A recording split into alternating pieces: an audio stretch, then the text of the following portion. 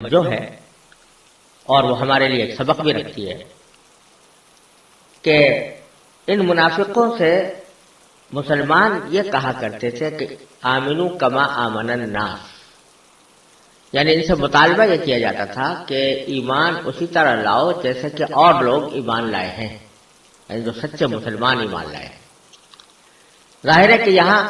لوگوں سے مراد صحابہ کرام ہیں رضی اللہ تعالی عنہم اجمعین، یعنی وہ حضرات صحابہ کرام جو سچے دل سے نبی کریم سرور عالم صلی اللہ علیہ وسلم پر ایمان بھی لا چکے تھے اور حضور اقدس صلی اللہ علیہ وسلم کی تمام تعلیمات پر بھی بقدر استطاعت عمل پیرا تھے۔ تو جب یہ کہا جا رہا ہے کہ ایمان اس طرح لاؤ جیسے صحابہ ایمان لائے، تو اس سے یہ بات معلوم ہوئی کہ ایمان کی وہی تفسیر، وہی تشریح اور وہی تفصیل معتبر ہے جو حضرات صحابہ کرام رضی اللہ تعالی عنہم سے منقول ہو۔ یعنی اگر کسی کے ایمان کو پرکھنا ہو کہ یہ ایمان اس کا درست ہے یا نہیں اور ایمان کے تقاضوں پر یہ عمل پیرا ہے کہ نہیں، تو حضرات صحابہ کرام رضی اللہ تعالی عنہم اجمعین کا ایمان اور ان کا عمل انسان کے ایمان اور عمل کو درست قرار دینے کے لیے، کھرا قرار دینے کے لیے ایک کسوٹی۔ تو اس آیت سے حضرات صحابہ کرام رضی اللہ تعالی عنہم کی مجموعی حیثیت سے ایمان اور عمل صالح کا ایک معیار ہونے کی شہادت ملتی ہے۔ اور یہ موضوع دوسری ایک آیت میں بھی آگے آنے والا ہے، فَإِنْ آمَنُوا بِمِثْلِ مَا آمَنْتُمْ بِهِ فَقَدِ اهْتَدَوْا،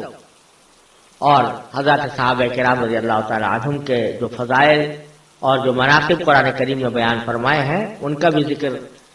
آنے والا ہے۔ اللہ تعالیٰ نے توفیق عطا فرمائی تو اس موضوع پر وہاں پر انشاءاللہ تفصیل کے ساتھ بات ہوگی۔ پھر آگے کی 3 آیتوں میں اللہ تبارک و تعالیٰ نے ان منافقین کی حالت بھی بیان کی ہے اور پھر ان کے انجام کا بھی تذکرہ فرمایا۔ حالت تو یہ بیان کی ہے کہ کیونکہ یہ لوگ منافق ہیں تو اذا لقوا الذین آمنوا قالوا آمنا، جب یہ مسلمانوں سے ملتے ہیں تو یہی کہتے ہیں کہ ہم ایمان لا چکے ہیں، لیکن وَإِذَا خَلَوْا إِلَىٰ شَيَاطِينِهِمْ، جب یہ اپنے شیطانوں کے پاس خلوت میں جاتے ہیں یعنی تنہائی میں جاتے ہیں،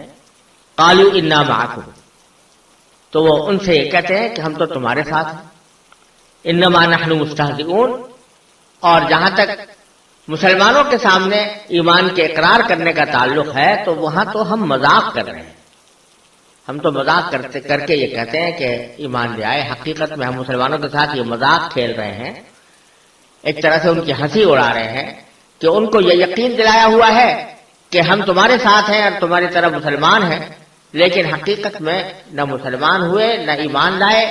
اور محض مذاق اڑانے کے انداز میں ان کے ساتھ ایک ٹھٹول کر رہے ہیں، ایک مخول کر رہے ہیں، استہزاء کر رہے ہیں۔ تو یہاں اللہ تبارک و تعالیٰ نے ان کی حقیقت کھول کھول کر بیان فرما دی کہ مسلمانوں کے سامنے تو ان کا دعویٰ یہی ہوتا ہے کہ وہ مسلمان ہیں، لیکن جب اپنے شیطانوں کے پاس جاتے ہیں تو پھر حقیقت حال کو واضح کر دیتے ہیں۔ شیطانوں کا لفظ استعمال کیا قرآن کریم نے کہ جب یہ اپنے شیطانوں کے پاس خلوت میں جاتے ہیں، شیاطین کا لفظ استعمال فرمایا جو شیطان کی جمع ہے۔ شیطان کے متعدد معنی آتے ہیں، ان میں سے ایک معنی سرکش کے بھی ہیں اور ایسے شخص کے بھی ہیں جو گمراہی کے اوپر اڑا ہوا ہو، اور یہاں یہ لفظ استعمال کیا گیا ہے ان کے ان رہنماؤں کے لیے، ان سرداروں کے لیے کہ جو ان کو نفاق پر آمادہ کرتے تھے اور جنہوں نے نفاق کو اپنا طرز عمل بنایا ہوا تھا اور وہ اسی نفاق کے تحت مسلمانوں کے خلاف سازشیں کرتے رہتے تھے۔ جیسا کہ پہلے عرض کیا گیا، منافقین میں بڑی تعداد ان لوگوں کی تھی جو اصل میں یہودی تھے، تو یہاں یہودی سرداروں کی طرف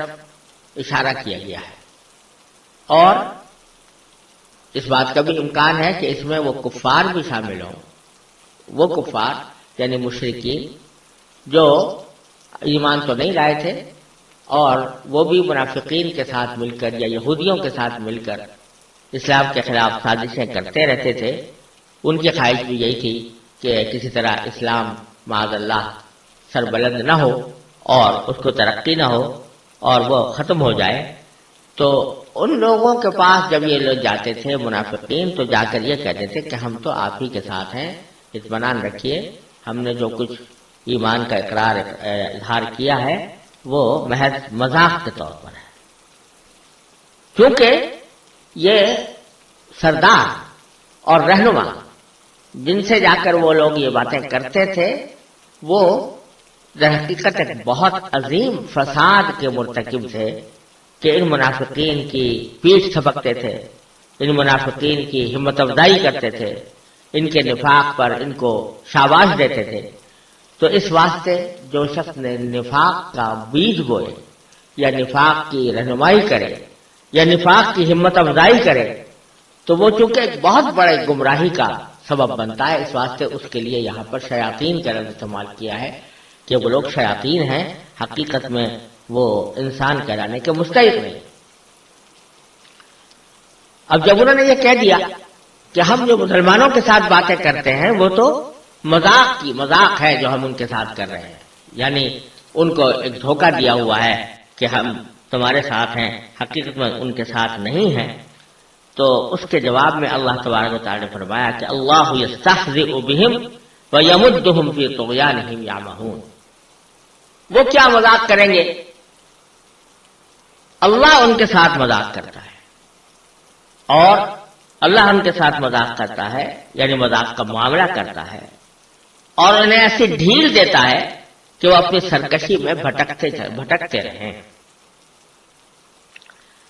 یہاں اللہ تبارک و تعالیٰ کے لیے لفظ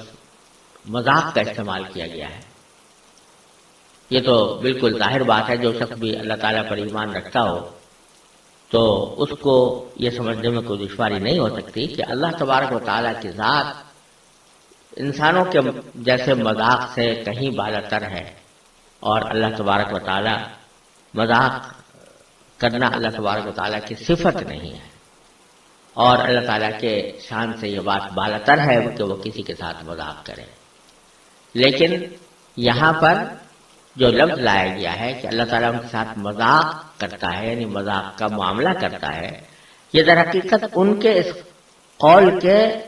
مقابلے میں لایا گیا ہے کہ وہ کہہ رہے تھے کہ ہم مذاق کرتے ہیں۔